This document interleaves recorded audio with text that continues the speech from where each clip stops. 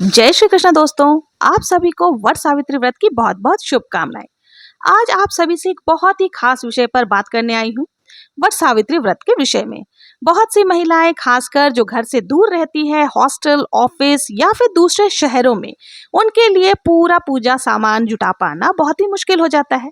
लेकिन चिंता मत कीजिए, माँ सावित्री की कृपा पाने के लिए भक्ति और भावना ही सबसे बड़ा सामान होता है। आज मैं आपको बताऊंगी कैसे आप कम सामान में भी पूरी श्रद्धा से व्रत कर सकती हैं। तो सबसे पहले ये जान लेते हैं कि इस व्रत का महत्व क्या होता है।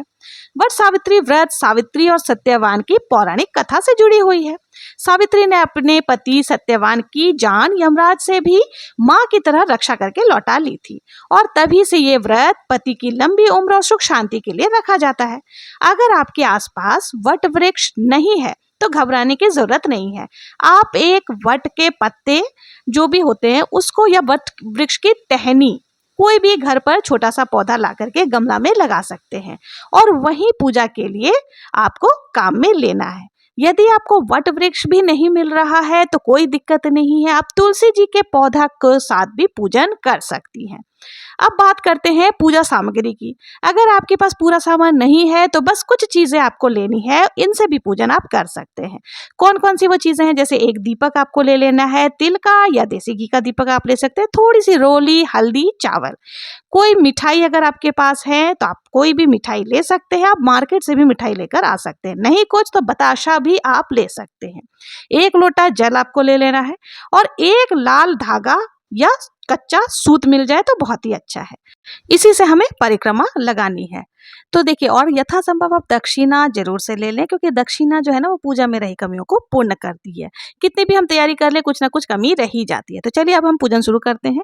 सबसे पहले हमें यहाँ पे स्वास्तिक बना लेना है, जहाँ भी आप पूजन करें वहाँ साफ सफाई करके।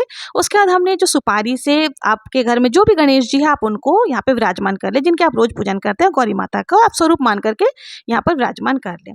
उसके बाद आप देखिए कलश स्थापना कर सकते हैं। आपके पास जो भी कलश हो जिनसे आप रोज पूजन करती हैं आप वो ले सकते हैं। मैं यहाँ पर मिट्टी का कलश रख करके बता दे रही हूँ। कलश के अंदर अगर आपके आसपास में अशोका के पेड़ है या आम के पेड़ है तो उनके पत्तों को आप ले सकती है। नहीं है तो आप ये कलश वाला भाग को स्किप कर सकती हैं। चूंकि उस दिन अमावस्या है तो उस दिन तिल का विशेष महत्व होता है।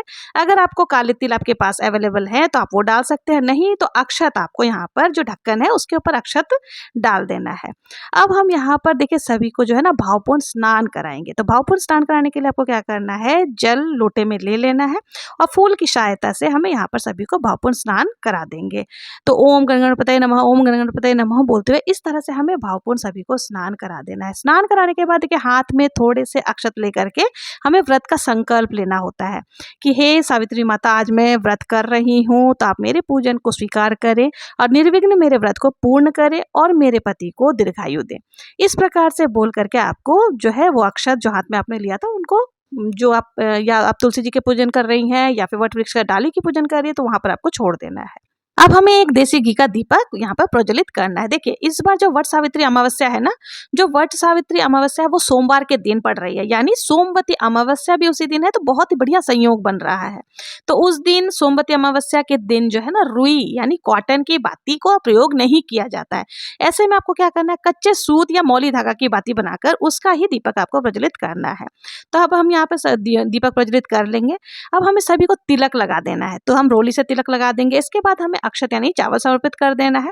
फिर हम लोग भोग समर्पित करेंगे। तो भोग में आपने जो भी पूरे पूरे आदि अगर बनाए हैं तो उनका भोग आप लगा सकते हैं, नहीं तो बताशे का भोग भी आप समर्पित कर सकते हैं। यदि कोई ऋतुफल आपके पास है तो आप ऋतुफल का भी भोग समर्पित कर सकते हैं। जो आपको इजिली अवेलेबल हो आप बहुत ही प्रेम पूर्वक वो भोग समर्पित कर देंगे। उसके बाद अगर आपके पास पुष्प है तो आप पुष्प भी समर्पित कर दीजिए। अगर फूल नहीं है तो बिना फूल के भी ये पूजन आप कर सकते हैं।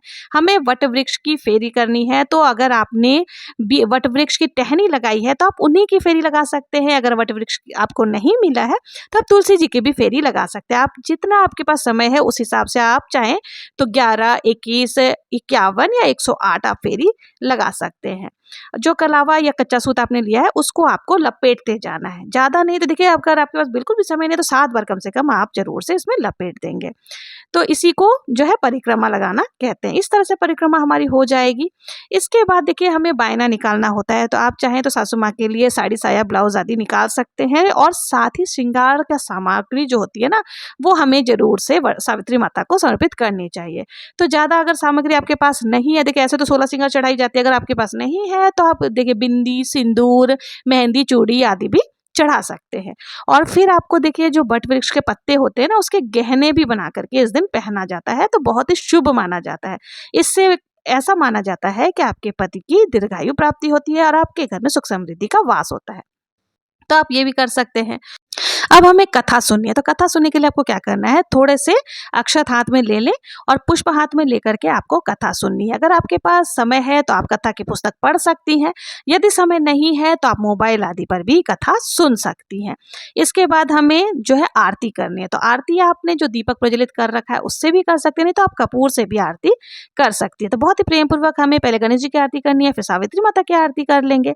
आरती नहीं आती है तो देखिए 7 बार दीपक को आपको घुमा लेना है। इस तरह से क्लॉकवाइज जब आप घुमा लेते हैं ना, तो इसे भी आरती ही का स्वरूप माना जाता है। आप इस तरह से आरती कर लीजिएगा। बहुत ही प्रेम पूर्वक आरती कर लेने के बाद हमें हाथ जोड़ करके अपने पति, परिवार और जीवन की सुख शांति के लिए कामना करना है। दिन भर व्रत रखने के बाद शाम को फिर से जल अर्पण करें और कुछ फल या हल्का भोजन करके व्रत समाप्त कर सकते हैं। जो महिलाएं कामकाजी है वो ऑफिस जाने से पहले या रात को घर आने के बाद भी पूजन कर सकती है। बस भावना आपकी सच्ची होनी चाहिए। तो और उसके बाद देखिए इसमें सबसे विशेष होता है सुहाग लेना।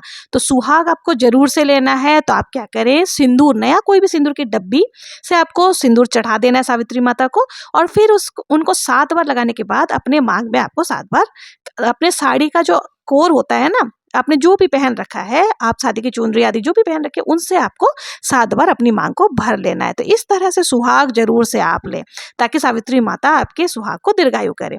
तो देखा आपने, कम साधनों में भी कोई रुकावट नहीं है जब भावना आपकी पूरी हो। इस तरह से आप वट सावित्री व्रत का पूजन बहुत ही सरलता के साथ कर सकते हैं। अब हमें थोड़ा सा हाथ में जल लेकर के 2 बार आचमन कर लेना है। इस तरह से वार फेर करके फिर जो हमने सासू माँ के लिए बायना निकाला था वो हमें सासू माँ के पैर छू करके दे देने हैं। अगर आपके सासू माँ आसपास नहीं रहती है तो आप किसी भी मंदिर के पंडित पंडितानी को दान स्वरूप दे सकते हैं। वो भी नहीं है तो आप किसी भी गरीब सुहागन महिला को दान स्वरूप दे सकती हैं। तो इस तरह से बहुत ही सरलता के साथ आप वट सावित्री व्रत का पूजन बहुत ही कम समय में, कम साधनों में कर सकते हैं। अगर ये वीडियो आप लोगों को मददगार लगी हो तो प्लीज इसे शेयर जरूर से कीजिए ताकि और भी महिलाएं, जो भी कामकाजी महिलाएं हैं, वो भी इसका लाभ पा सके। माँ सावित्री आपकी सभी मनोकामनाओं को पूर्ण करे। अगर अभी तक मेरे चैनल को सब्सक्राइब नहीं किया है तो सब्सक्राइब करें, लाइक करें, ज्यादा शेयर जरूर से करें। मिलते हैं नेक्स्ट वीडियो में किसी और पूजा विधि के साथ। तब तक के लिए जय श्री कृष्णा, जय माँ सावित्री।